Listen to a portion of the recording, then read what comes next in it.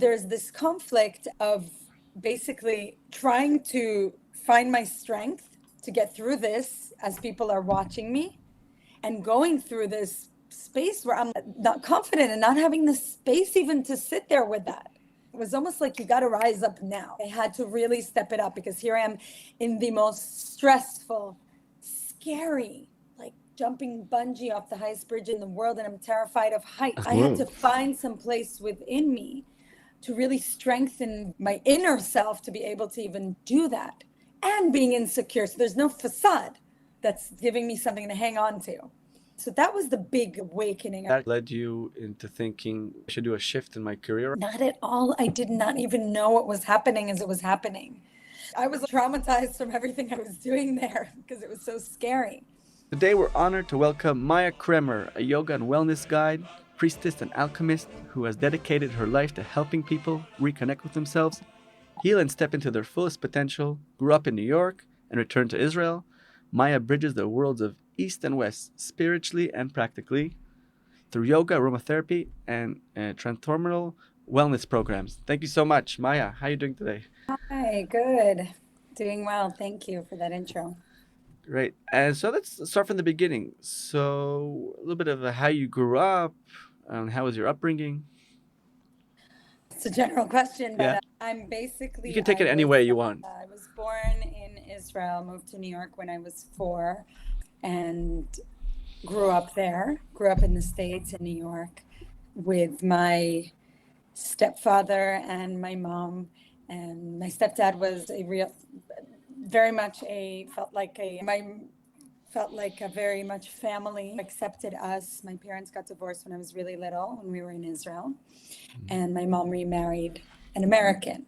My dad, who was at the time only 30 years old and starting at a law firm, met a woman at 31 with 3 girls and raised us as his own, which was amazing. And we were very lucky. I had a very beautiful childhood. I'm one of 5 kids. I have 3 sisters and a brother. And they're all still in New York. They all stayed. Okay. Yeah, at one point, every one of them lived in Israel. Whoa. But none of them lasted as long as I did. Whoa. Every one of us feels a connection to the country. Me and my 2 older sisters were born here. My younger brother and my younger sister were not, but they also at one point made Aliyah. Daphna, my oldest sister, was the first one to make Aliyah, and she lived here for, I would say, a good amount of years, maybe even 8 to 10 years. She was a fashion designer. She met her husband here, but they ended up moving back to New York. And then after her came Dana, my other sister, and she also moved here for a few years, I can't even remember, and also moved back to New York and started a family there. And then came me. We actually did it in the order of our age, and then I made Aliyah. And while I lived here the first few years, my brother lived here for a year. He basically came here and I hooked him up with some job at Benedict, which is like these restaurants that they have here. There's a 24-hour breakfast. And he learned the trade and opened up a cafe in New York. He went back to New York. I think he learned a lot here about the restaurant industry. So you learned, yeah, the other way around. So you learned about, in Israel, how to open a cafe in New York. That's good. The cafes here are like a mix of European with New York. The style and the vibe in Tel Aviv. Yeah. That gave him a lot of inspiration.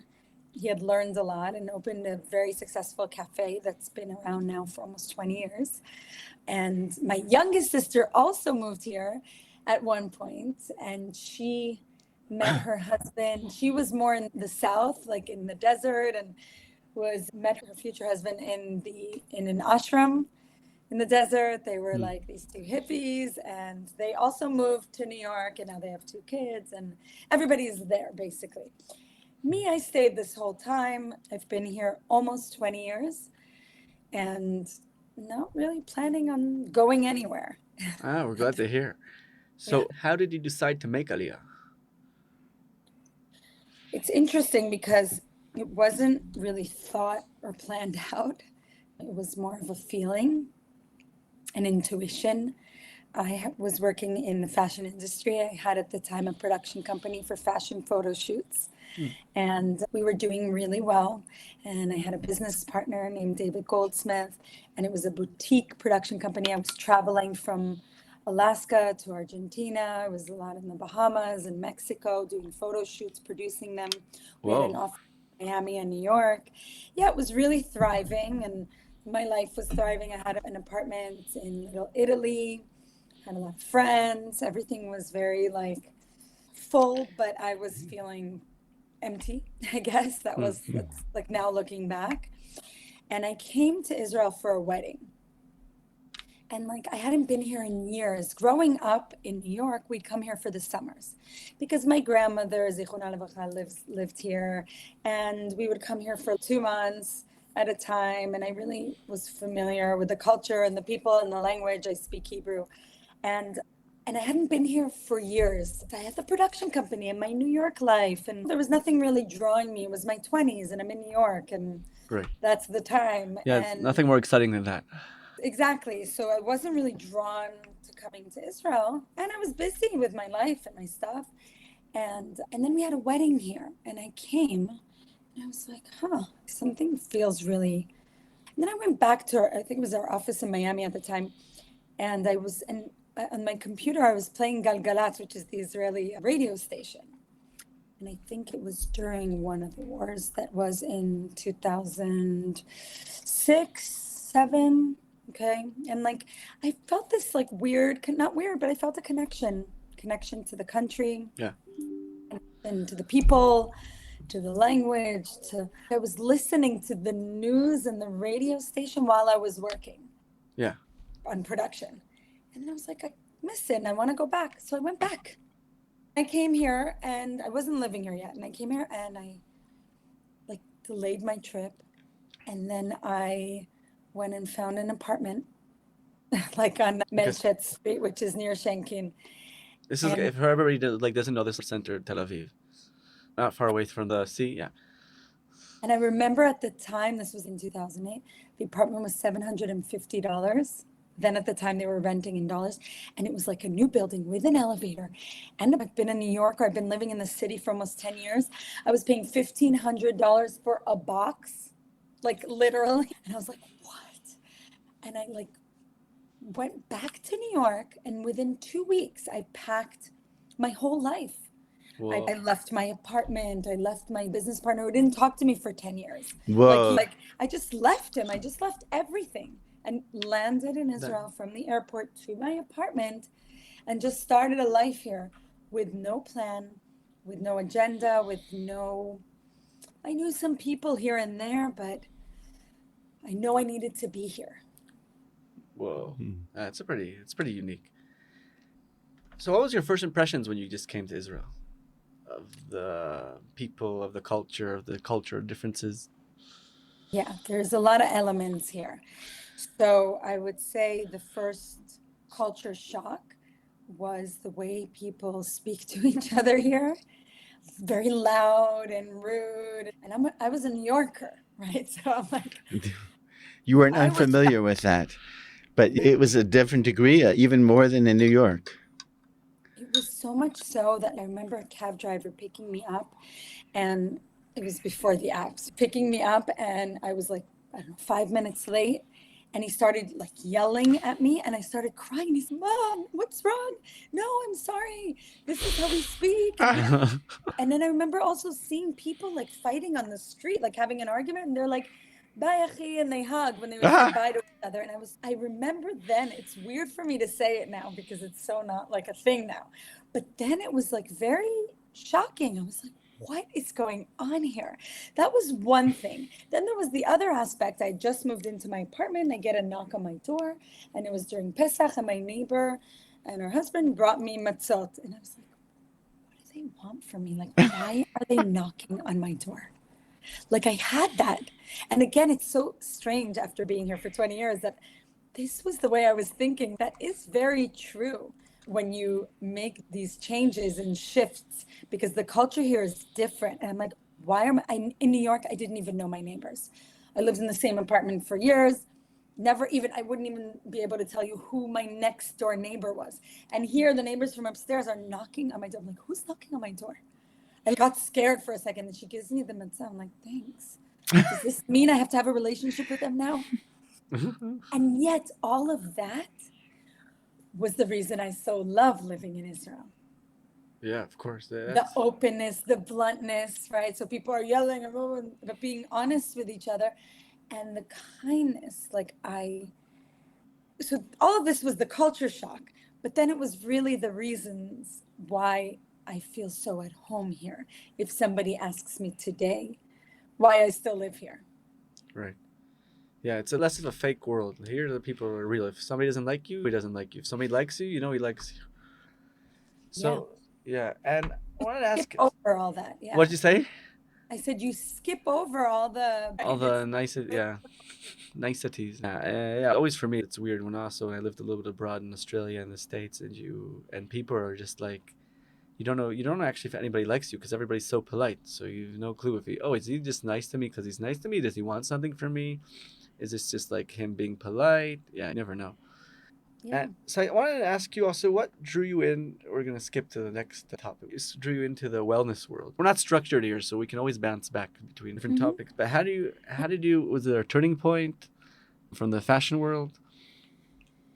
Yeah, look, when I moved here, there was something much deeper that was happening beyond what I knew at the time, right, with me and my path and my connection to Israel. But what was really like the turning point, I would say, look, when I first moved here, I went to my comfort zone. I was working in fashion and I did really well. I was teaching at Shinka, which is the fashion school here. I was styling. I had a clothing store. I had a startup in fashion.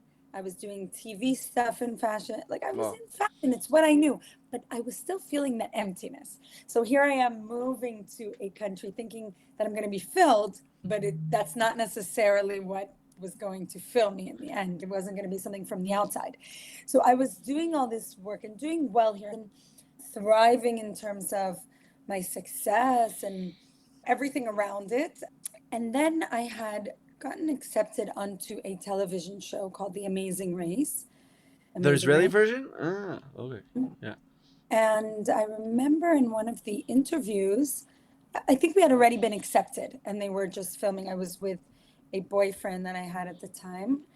I came to Israel with this like New York facade, like confidence. But as I was saying before, I was still feeling that emptiness. So I come to Israel and I took the New Yorker into Israel. Here I am, and I'm a New Yorker in Israel, and I'm doing fashion, and everything is like on the outside, it looks great. And then I remember in one of the interviews, I felt as if someone had gone in my body and just pulled all my layers of confidence out of my body during an interview where I was all like this. All of a sudden I went, and I felt insecure because I didn't know. That was literally the point where I felt almost like the air was taken out of I'm speaking on a high spiritual level, but this is what my belief is, that it was almost like I was being told to step it up in my spiritual path and my belief. Just from the questions he asked you? I don't think it wasn't necessarily, maybe it was a question that I was being asked. I don't think it was necessarily a trigger. I think it was a sign from God, from the universe, from whatever is leading my path to say, okay, now you're going on a TV show. Like now you're really going in there. So this is where the change needs to happen. You may have gotten the signs before and you didn't see them. The self-work needs to start happening, and we're going to put you in the most difficult place to do it. Because going into The Amazing Race with losing my facade of self-confidence was a huge spiritual awakening for me. Because I had to go in deep to find the strengths. I couldn't like hang on to the Maya that I had known and was comfortable with. I made it to the end, and but the I would say there, like something happened where I found out my true inner strength and got to know myself better. And that's where the journey started. I was around 20. The journey started way before, we know this, but Yeah. this is where it was like the awakened point. That it was almost like I had to be in Israel, be in the show in order to be awakened. Yeah, what in the show, like this something that you're very exposed in the show, did that like help you get to that insight that you're exposed to the world, that everybody can see you, and maybe people can understand if you're what's real, what's not real, what's your strengths, what's behind your spirit? Was that kind of like part of it, or was it from a different angle? Well, look, I didn't know what was happening as it was happening. Now I'm Right. just looking back and I can tell you that's what happened. I all of a sudden felt insecure. Like when I was sitting there, I was like, oh, God, I feel like it's like I can't, like I lost my mojo kind of thing, like my pizzazz I'm like, oh my God. And I took all these things with me. You can only carry 10 kilos. You can only carry 10 kilos on your back. And for the whole month that you're running around the world. Right. Some things I took with me were these cards. I think it was the 4 agreements. They made these cards of all these like messages. And I took that with me because I was always looking through it through the show. To answer your question, the motivation was that I was like competitive, but also because it was being filmed, like it's being witnessed. So your level, it's almost if you're working out by yourself or if somebody's watching you work out like a trainer.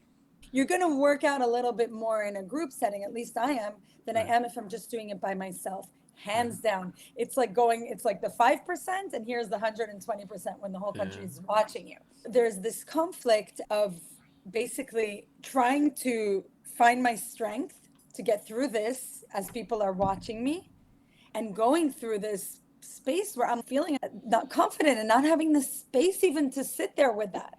It was almost like you got to rise up now.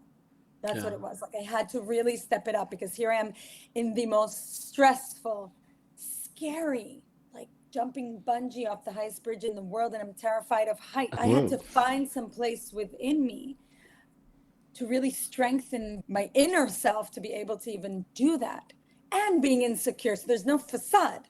So that was the big awakening, I would say. I wasn't working in that field yet, but yeah. And then led you into thinking, maybe I should do a shift in my career? No. Not at all. I did not even know what was happening as it was happening. I didn't know that all of this was, I was like traumatized from everything I was doing there because it was so scary. And then there's also the exposure. So then you come back and then after people know you and people are involved and it's like very loud and heavy. But my real life stuff, I had to all of a sudden really work on them because I didn't have the layers to hold on to protect me in a way. So I started doing inner work. I went to life coaches and I studied all these different things. I became a yoga teacher. I became a mom also. This was like a year later, I became a mom. The difficulties didn't fade. It didn't actually go away, the troubles. So I went and did work on myself and studied through shamanism and the Buddhism through yoga and Kabbalism through the alchemy work. I really did some self-exploration, self-work. I really delved deep inside, and I was doing yoga, teaching yoga while I had the startup, the fashion startup. I was doing that at the same time. It was hard to let go of the practical business, high pace. No, just the old Maya, the fashion Maya, the New York Maya. So like that part, that's what was hard to let go of, the image of what I was known as, like this fashion diva or whatever. And now I'm shifting into the wellness and spiritual world, which wasn't as popular and wasn't as then it wasn't glamorous. Yeah. Glamorous. So I let go of, and slowly, I had to finally say no to that, to make space for this. And the second I said no, when people started calling me to lecture on fashion, I used to have talks and I started saying no, but I actually speak about wellness or yoga or the chakras. It shifted, like I rebranded myself just naturally. And I was doing the self-work, like a lot of the self-work to become a better teacher, a facilitator. This is years ago. This was like, God, like 13 years ago. It was less popular back then. it was, nobody knew what yoga was considered so spiritual. Really? It's like now every bartender became a yoga teacher. I would get interviewed on TV for different panels on wellness before it was fashion. Now I'm doing wellness spots, and I would get interviewed and I would have to explain what retreat means. I would have to really break it down because people didn't understand that world and that word. And also meditation was considered something so out there that Right. just only specific people could do. It was very non-mainstream. Cool. And how was the so how was the scene in Israel? I guess the wellness scene in Israel back then, and maybe how is it today?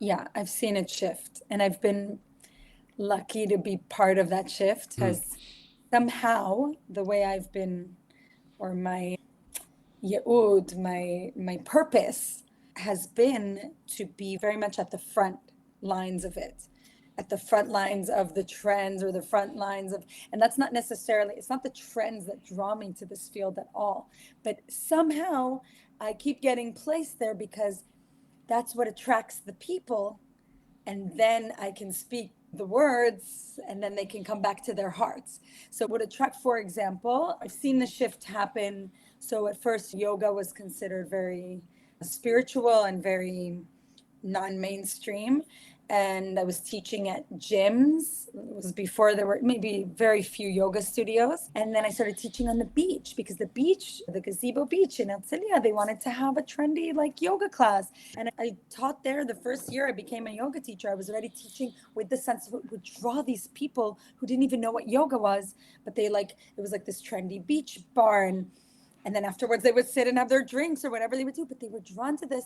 And as I was doing the work on myself, I was able to use this tool of yoga at the sunset at a trendy place to bring people back to themselves. During Corona, it was yoga and paddle boards because we couldn't do Oh. it. A So lot of balance. paddle, now, I don't teach paddleboard yoga, but I did. And it was so trendy, and people like to come and take pictures of themselves. Yet, when they were laying down in the end in Shavasana, I could see tears coming down their eyes because I was coming into their hearts. But there was something that was drawing them. Ice bath trend. The ice bath, like, I was exposed to it 4 years ago Yeah, now in it's Israel. huge. And now Now, it's huge. I was exposed to it and I got so excited that I went to this teacher that was the instructor, and I was like, I need to do this with you because I was already known in the wellness world, and I would yeah, brought all these people to ice bath and they wrote articles with me about ice baths, and I'm not an instructor, yeah, but I get drawn to these new things, and that's what brings the people. I yeah, guess I understand that my purpose within the wellness world in Israel is that I mainstream relates to me.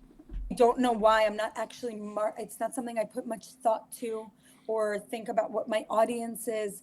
It's something about the way I express myself, my authenticity, who I was before in the fashion world, my lingo, my language, that I bring the word of this world, of God, of whatever it is that we want to bring forward in the spiritual world, and I'm able to translate it into a mainstream language for everything that I'm doing. You have confidence and charisma and appearance also. That's no small part of it.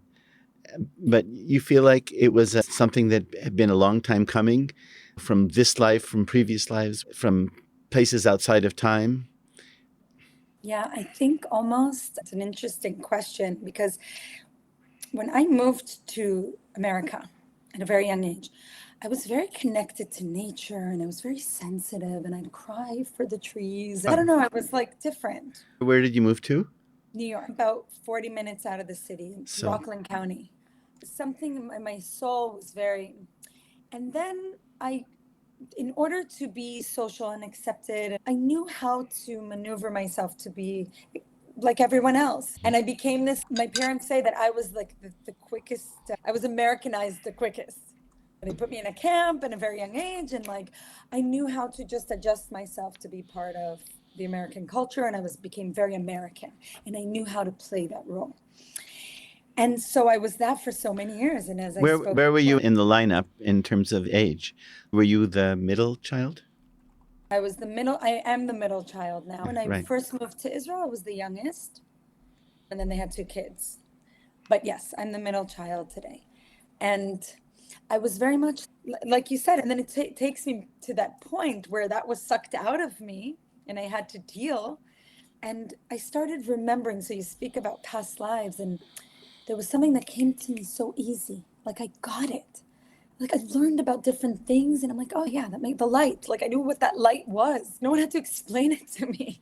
Or this shaman Dirk, who is a good friend of mine who came to Israel a lot, and From where? he's Shaman Dirk's from California. Oh. He's African descent, but he's very close to the Israeli culture. He was here a lot, and I remember him telling me like, "Oh, you just speak to spirit. You just speak, just connect." And I was like, "Okay," and I got it. Like I got what he was saying, or all these little things when I learned about the chakras or energy points, or that our body's made of energy and that energy can get stuck each time we feel something negative. I understood it easily and so quickly that I know that memory is within me from past lives. I've done many past life regressions, and I've also practiced with my clients with past life regressions as well. So I do truly believe in that. And I actually had an experience a week ago from this woman who is Israeli, wonderful, wise woman, that I went to her. She's the father of a very close friend of mine. And Wait, she's a father? she's a mother of a very close friend of mine. And she does like clearing of evil eye, which I've been doing a lot of research on that lately. In the Kabbalah, they talk about it a lot because I have this sort of belief that if you don't necessarily believe or give space to something, then it doesn't exist. But there is a belief that there could be people around us, especially when we're exposed, that have hidden agendas. It doesn't mean I need to soak it in, but it still exists. And so she clears that. And the reason I'm saying this is that at one point she was like smelling my grandmother, and like the same grandmother I talked about, and she was like How, burning crystals. And what were you saying? I was wondering how she smelled. She smelled the smell. She goes, "Can you smell that?" And I'm like, what? No, I don't. She said, "Come here. Do you smell that?" It's her smell. Like she knew. She could sense her presence, which was beautiful. And then she was also speaking about the fact that my grandmother had something with her feet, and my grandmother at a very young age, 30s, couldn't feel her feet. She had MS. At one point, she wasn't walking at all. There was all these things happening, but she had done something. She had put this, I don't know, it was flower petals and herbs in my hand, and she goes, "Smell it." And I smelt it, and it reminded me of something. It was very like ancient, and I started crying, which I'm very aware person. I'm a very awakened. Like I'm very spiritual, but I'm very with 2 feet on the ground, which makes me very relatable to the mainstream. But this smell, I was like, it just brought something into my heart. So speaking of past life, there are all these little things that like, and she was like, "Oh yeah, of course, that's from the past life." And she took a blowtorch. There was like, and there was like a fire in her house. And she threw the crystal into the sink. And then the crystal, like one drop came out of it. It was like, and then my tears stopped. It was very special. Very interesting people My here. daughter wouldn't have agreed to that. My daughter thoroughly approves when people cry, she says. Oh, yeah, but it opens the gates of heaven. of course, no, she wasn't telling me Yeah, to yeah. stop crying. She was just saying it's going to clear that pain with you. So, yes. Anyway, all these things, yes, they do have to do with past life. I think me stepping foot in this country, in Israel, is a big reminder of where I'm from, where my ancestors are from. There's definitely a deep connection here. And I get a lot of, I would say, since I've lived here, wow, I've stepped up in my spiritual journey. I don't think that would have happened if I wouldn't have listened to my intuition and heart and stayed in New York. Where's your family originally from? Your father is from This podcast is proudly sponsored by Kef International Aliyah Shipping Company. We focus on logistics so you can focus on the journey home. America, but his family originally came. From Or you're Russia. the father. There's fathers and My fathers. biological Yeah. father, Hungary, both his parents. So And mine too. Oh, wow.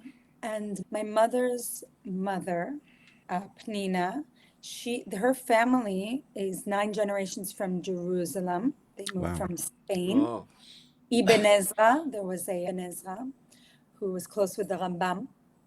So I do believe that also is something embedded in my cells, in my genes. My grandfather is from Iraq. So he moved from Iraq. And I had just done the ancestry, like the DNA thing. And I got the results, and it was very confusing because it had a lot of Ashkenazi in there. And I'm like, I couldn't even understand what it was. Like there was way too much Ashkenazi. And I'm like, really? And all this time I thought, okay, interesting. So yeah, that was really interesting to see too, the history of my family, my bloodlines. yeah, you look like a hybrid. Yeah. A hybrid. That's nowadays. That's a positive thing. You can use electricity. You can use gas. You know, of You're course. Always multi-fuel. I call it politically correct.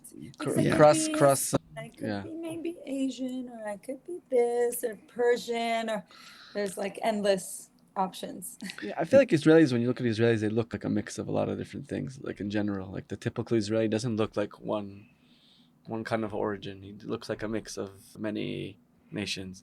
Yeah, I always said like the Israelis are the most beautiful people in the world, and I can also give a spiritual explanation for that, because scientifically or factually, the people who have nice looking features are more listened to. Okay, Uh-huh. they're more looked at, they're more successful.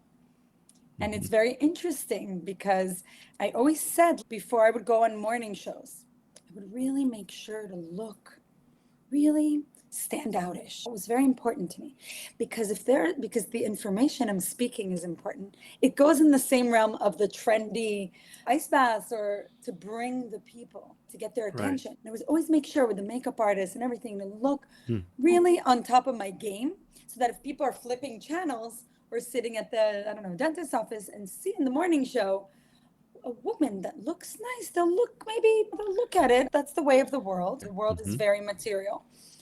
And they look at it and then they listen. And maybe I can get their attention that there is nothing different between us. How did it become so trendy? Because always the West was so skeptical about things that came from the East. Oh, it's not scientific. It's not based with all these research and all these papers. It could be it's things that exist like thousands of years. But how did it pass those barriers of saying, this is knowledge. It's not the same conventional knowledge we're used to having now. It doesn't have all these, not backed by studies and statistical models and whatever. But we are taking some of it or part of it, or people who adopted most of it. I guess maybe it's after the army trips. I'm trying to think. Maybe people went travel to India or to South America to all these ayahuasca ceremonies, or maybe people were exposed to them after the army. But how do you think, in general, the West? How do you It's think the they West, adopted? yeah, not just Israel. Yeah, there's two sides to it. There's the spiritual answer and then the human answer. Human answer, I'll give like an example with the ice baths. Wim Hof is like the Bruce Lee. That was my next name. Yeah. So he's like the Bruce Lee ice bath. He made it trendy. Ice bath existed. The first ice bath was in Egypt. So but Wim Hof made it very popular, right? So there was that one person that came, and this was his purpose in this lifetime, to make that trendy. So that's that. But then how did he have the audience? So now I'm looking above, and world is getting shaken up. They call it in the spiritual world, and there's a lot of talk about it through the Kabbalism and Shaman, and every isms. They speak about what's happening right now in the world and in the new earth, that the world is getting shaken up. And when the world gets shaken up, people are hurting and they don't know what to do. No one comes to me. I'm an alchemist, and I treat also one-on-one. Nobody comes to me when they're like super balanced in their center, because there's still a place to grow from that space, right? But people come when they're hurting, when they're suffering, when they're stressed, when they don't know why. And we've seen so much tragedy in this country, all over the world. The world is, since I would say like pre-corona, right? Corona time, where the fears are rising and rising and rising, and people need something to help them, to hang on to. So they're opening up to that. So that's happening as the Wim Hofs are rising, as the social wellness clubs are rising, as paddleboard yoga and festivals, music festivals today have become music festivals with wellness. They're like together. Right, it's embedded. It's embedded. So like all of this is rising now. and shifting because people are needing the support. They don't know what to do. It's like the native terror of being in the West. Maybe it's the terror of being anywhere. The paradigms of the Western medicine and Western thought and Western spirituality are not always come through. This is a weird thing, just to bring in a little contemporary politics, is the rise of the left, or Marxism and the left, where they're willing to junk all of Western civilization and to toss it into the dustbin of history, to hate America, and for no particular positive thing to replace it, but just like out of a feeling of guilt. And they project, of course, all their repressed crimes of colonialism and genocide. They project that on the Jews. But now they're willing to just dump Western civilization and replace it with, God forbid, Islam or nothing at all. Yeah. It's another way for people to deal with their inner pain, because everything starts from within, and people want to feel part of something and part of a community. So that's what's drawing a lot of people to this kind of thing. Right. They speak about it, and I don't remember where. I'm less stronger with the facts and more the feeling and the things that I've heard and the downloads I get. But there was this, I don't know if it was an article or that was speaking about, and from the spiritual realm, that in this new earth, the people that are sleeping, the truth always prevails. This is what we've seen in history, right? Also with the Jews, to go very specific. And that what's going to happen in this new earth, the people that are sleeping, I call them the sleepers because they're stuck in their own pain. People are going out and doing this, right? They're stuck in their own loop. It affects other people, but it's really their own loop that they're hurting. So they're hurting, they're stuck in this dark space. And the other people are seeing more of the truth and rising above it. And they say that there's going to be this balance, that they're just going to stay asleep in their space. But I'm not afraid. That's what I'm trying to say. I'm not afraid of our future at all. And I live in Israel. Yeah, that's the only Israeli who says that. Yeah. And I'm here to restore the faith in the Israelis and the hope, first of all, within themselves, and then it will generate outwards. Because when it generates outwards, that's where we're creating, because it starts inside. It's what we believe that becomes our truth. It's like what we're being is what our world is. It's just the way it's always been. It's like even a science, your actions come from what you're feeling about yourself, right? So I don't have That's also very big in Judaism. Like you do all these things, you do all these rituals, ceremonies, and they say after you do all these rituals, then your heart goes after these rituals. Like you have to do actions, and then your heart will go after them. That's like the simple explanation. There's also, I grew up with Alan Watts, who was kind of a mystic early on, a Western mystic. And I think he may have said things like the wisdom of insecurity, the wisdom of not knowing. And there's also an ancient Christian thing about cloud of unknowing, like being aware of how much we don't know and how much we can't control. And there's also a thing in the Jewish history of where God says to us, oh, you're too well protected. We need to reduce your army so that I can come in and fight for you. Faith, yeah. But that's an interesting thing to say, that we need to restore our inner coherence, our inner faith. Because there's a lot, people have said that the problem in Israel are not so much from the outside, but rather that from the inside. Like we have these demonstrations and people saying, take down the government, when we're super as stressed on the outside. They say that's the bigger problem, is the internal lack of cohesion, of unity. Yeah. People, when we feel connected to ourselves, we can connect to others. It softens us. I see it. I work with so many different organizations, from the WICS and the high tech and also the army, the IDF, and all these different organizations. And people come in one way and then they soften. And when they soften to each other too, I just see it happening in an hour. They just are like kinder to each other. And it's interesting because I've been doing retreats here for, 12 years. And I've seen a shift of what happens in the retreats. like right now in my last retreat, where we do a closing circle every retreat and people say what they got out of it and what workshop they connected to and what they this and how they feel and how they. And in this last retreat, something else happened. No one talked about the workshops. No one talked about me, which I like that because I was just holding the space and the facilitator. All they talked about was the connection, each one, the connection that they found within each other. I was like, yes. Like I had goosebumps. I don't need to hear, yes, Maya, thank you. They saw each other. And I think that there's such a need for that here. And this is where I want to be building, right? This is where I want to take the work that I do is that they connect to each other. I don't need the stage. I need to hold a safe space for them. Yeah, especially today when people are not even connected to themselves. I had this hitchhike with a psychologist not long ago, and he said, "Yeah, listen, we're not addicted to our phone anymore. It's part of us. It's not saying, oh man, I was on my phone today for 5 hours. Eze basa. Oh, what a bummer." It's like, no, this is part of you. You can search everything in 3 seconds. It's not, oh, we're addicted to our phone. It's our phone is part of us. It's like just having another hand or an arm or whatever. It's not even an addiction anymore. It's just part of who you are.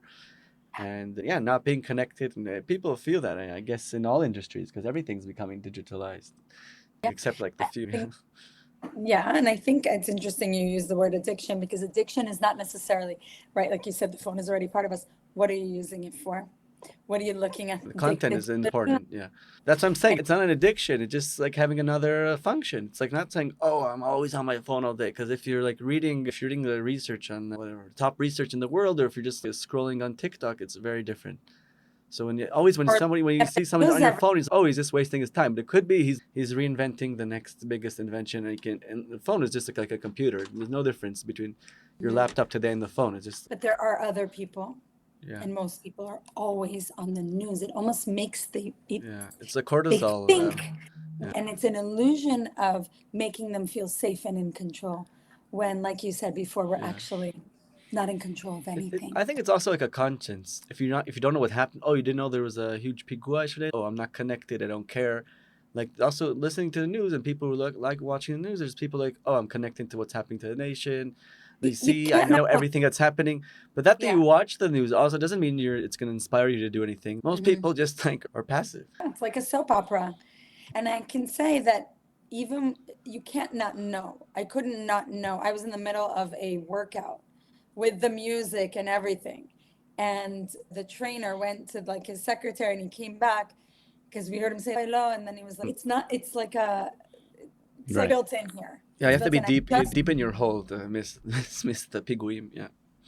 Yeah, and I was just saying yesterday on my Instagram, I went to lead a mindfulness workshop for a high-tech company. And as I'm walking, I'm like, yeah, okay, yesterday a missile fell in the airport in Eilat. Today we had a terror attack. 6 people were killed. And we, as Israelis, as humans, we go on. We continue our day with a heavy heart. But we don't know what else to do other than that. Yeah, you get used to it. That's the worst part. You get used to people dying. The resilience here is very strong. So that's the positive aspect, is that the people keep going. Because I always say to people who are feeling guilty for smiling with all the hostages that are still there and all the families that are suffering, feeling guilty for taking a vacation. And I said, no, because if we carry everyone's pain on our shoulders, we're going to fall. And also, what are you fighting for? You're fighting when you come back from Gaza. If somebody's a combat soldier, you're fighting to go back and see people. I know it's hard for people. I had friends who fought in all the different fronts. And sometimes they didn't understand, why are people sitting in cafes? Why are people laughing? But then I think a lot of them had the deeper conclusion of saying, oh, this is what I'm fighting for. I'm fighting for the West. I'm fighting for our values. I'm fighting for sitting in coffee shops and ordering your coffee. And you don't have to be worried that a terrorist attack. Yeah, so you have to know. I don't want my child after a terror attack, them taking all the kids from school and doing a talk about it. No. I think the best example is Churchill. So when they wanted to cut his they wanted to cut the I don't know, what was it, the culture ministry. They wanted to cut the budget for culture in the UK back in World War II. They said, no, wait, why would you cut it? This is what we're fighting for. Why would you? If we're not gonna have any culture, so what's the point of keeping on? What's the purpose of everything? Mm-hmm.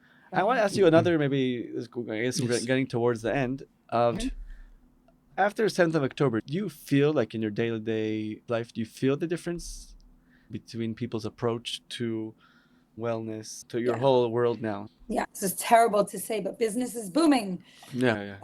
It's nonstop. I'm a co-founder of a social wellness club here in Israel, in Tel Aviv, and we opened it right before the 7th of October. It's called Hermeses, and it's basically a big space where people can come and be, and there's classes and different events, but we provide a community space for people.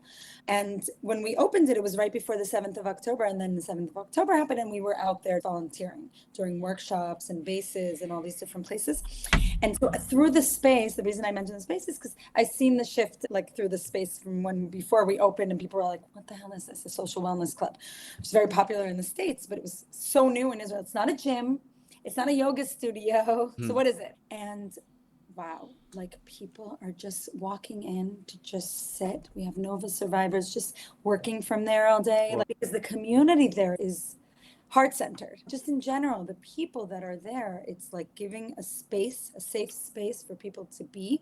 Mhm. And I do feel the shift. There is a sadness, a heaviness to a lot of people. So I know in my work has shifted, and Right. that's just God's work through me, because it's not, again, it's not something I had planned, but I feel like I'm restoring the faith and hope in people through retreats, through this. Those are all just tools, but there's people have lost faith. Yeah. But yet, there, as Douglas Murray has said, the Israeli kids are willing to fight and unfortunately die sometimes for this civilization, for this country, for the people. And that's not a common thing in Western. Nobody my age has any nation pride in other countries in the West. Especially when you travel, you like speak to somebody. You're from Spain. Are you proud to be Spanish? No, I don't care. He doesn't care where he lives. If he lives in Spain, what happens to Spain? What happens to his country? Everything's so international. Part of it is, I think, their denial of their own history. When we were in Spain, like 10 something years ago, I did a bus tour, and they spoke as if Spain had been around for 30 years and that there was no prior history. There was no fascism in Spain. There was no Inquisition. There were none of these bottomless, terrible things that happened there. And that's like in our history, we don't deny, we don't run away from all the bad things that happened, and we even memorialize them every year. And Wow. yeah, That's really powerful. Wow. That's so true. There's something, it goes back to the beginning of the conversation when we talked about the bluntness and the realness and the authentic parts of ourselves that we see as Israelis, as Right. Jews. Yeah. Wow. Interesting. yeah. Maybe. Oh, you have a question? Yeah. No, I'm good. I just like think what's time wise. How you feeling time wise? Do you have a few more questions or last question? No, yeah. A few more minutes. Okay. Yeah. So I just wanted to ask a question about bluntness, like the idea of killing, like that's defending That's pretty your blunt. country. That's pretty blunt. I bet that doesn't come up in too many wellness retreats. Maybe it does in Israel, but it's not like we're Jains, like we wear masks to avoid killing mosquitoes or something. And we eat meat and we do all those things. And we have to kill our neighbors before they kill us, or because they're trying to kill us. Yeah. And it's not an unusual thing in the history of the world that killing has been considered a spiritual exercise or a spiritual requirement. Other religions have done it systematically. And because they've done that, their contemporaries project that guilt onto us. We've never done it. We've never killed another group systematically because they're another group. Well, Right. there were Always defending ourselves. but yet there's the Gaon of Vilna said, or is said to have said by some of his students, that's how we resolve this situation, is through war. That war is, in some situations, especially when it's a war of survival, that it's a required thing. And I think even the Rambam, talking about the ancient rabbis, has said that in a war of survival, it's not, in normal wars, you do save the civilians. But in a war of survival, I hate to make this public, but it is true that in a war of survival, the Jews are not meant to save the civilians. But that's obviously, we're not we're not going after the civilians, and like our enemies are mainly going after the civilians, and we take 10 measures out of 10 to avoid doing that. Yeah. But yeah, it's a very big controversy and challenge. yeah. I just want to put aside that on my retreats or workshops, I don't really talk about at all about the war or anything that's happening, or we spread light to the world. People they're like surrounded by that all the They time. talk about it enough. Yeah, they don't need you to talk about it. Yeah, exactly. I want them to focus on strengthening Yeah. themselves. When you were speaking, and when we're dealing with enemies that see life in such a different way and humans in such a different way than we see it, that it's so hard as Westerners to even understand it. It reminds me of this very terrible survival story of one of the Nova participants. She was captured and with a friend of hers, and they were both very scared, but what she was doing is offering to help this terrorist pick up cigarette butts to find him cigarettes and beer. At the Nova, she was Like- captured with another, and they were walking them to one of the jeeps or whatever. There was chaos happening all around, and he must have been some sort of bigger leader guy, I don't know what. But she was like, oh, she saw that he was smoking, and she was like, oh, let me get this for you, and Whoa. not show her fear. And her friend, who was like, please don't kill me, don't kill me, he got shot right away because he was Oh shot man. years, which is what their mentality does not respect the natural human emotions. When you show fear to an animal, that's an invitation to aggression. It's not. Yeah. And how she survived is right before they were gonna, Yeah. Oh yeah. before she survived, right before he was about to load her on the truck, he's go run, and he let her go. Whoa. Oh. Ran, and she laid under the stage with dead bodies to live to tell this story. And it just goes to show like perspective on what it would be like if we were in our very human self of the kindness and the softness. Even like Yoshua, Jesus, right, as the Catholics call him, was speaking about having to also defend yourself and speak up for yourself. And we can all be these Buddhas and sit like this, but we'll probably get killed, right? We can all be kind and generous and be human. But when you're dealing with this type of enemy, it's very difficult to be in your Zen. And this is where I teach in my world, right? In the world that I'm teaching in, which is same but different, is setting our boundaries, standing up for ourselves, speaking up, right? Getting stronger in those. So the world expects us to be, but if we were this and so gentle, I wouldn't be here. If we didn't have an army, because we believe in peace. And I believe in peace. It's not a belief, obviously. It's something, but the world works this is the way the world works. And there is war and there is conflict because we're not all aligned, unfortunately. Yeah.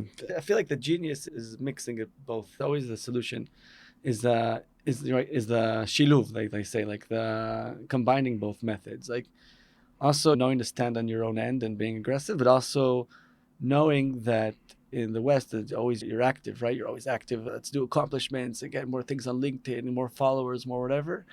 But also the passive world also can give you a lot of value. You don't always have to edge forward, but to know how to balance it out. When do I need to be active and thrive for achievements? And when do I have to be passive and acknowledge and soak in what the world gives me? I think that I think people who are like the most successful probably know to balance that out the best way. That's amazing that he let her go. There was another story about a woman who was hiding in a bush. And I think she had taken some sort of hallucinogenic drug. By the way, they said that the people who took MDMA, like ecstasy, recovered more quickly and successfully. I heard both stories? Both ends. stories. Yeah, I also Okay. heard that they They flipped out could- of their mind. Yeah. Okay. There were Some of them other lost it. of how scary it was in terms of the levels of fear or where you're at. Yeah. But like the woman you met, this woman was in a bush and she just was like, it got into this gratefulness space, Yeah. even though she could have just gotten into a terror state, and she chose gratitude and survived. Yeah, because fear is smelled, and fear makes us behave in certain ways. Yeah. And it goes back to again, what we've been talking about and what's happening with humans in general in the world, because people are acting from fear. Right. Even all these pro-Pali rallies, and that's fear-based. It's all fear-based. Anger, hate comes from fear. So if we learn to be grateful and connect to our hearts, we won't have that urge so much to be so angry and screaming. It reminds me of that grandmother who fed the terrorists, came and started looking through the fridge, as they did in several places. Yes. And she fed them. Because she went above the fear. Right. Just like that girl that was picking up the cigarette butts and being like, okay. A lot of unique Israelis, huh? But the scary part, the really scary part, is that I hate to talk about them as if they're a different species, but I think they are in a way, like the leftist who invited these people into their homes and were friends with them and gave them work, 30,000 people a day coming to work, and gave them billions of dollars in Qatar and gave to Qatar. And then those same people use their friendship to come and communicate to their co-terrorists who to kill and where, who had dogs, who didn't have dogs. And they years of friendship and sacrifice that the Jewish leftists had given were fodder for the fire. It was just like dry paper for the terrorist fire. And and that's terrifying. Yeah, but look, I don't speak in left or right because then it's a very human, right? I always look above the things, and it's just, if you think that there's something bigger here and there's some sort of, because things were going rotten at some point anyway, right?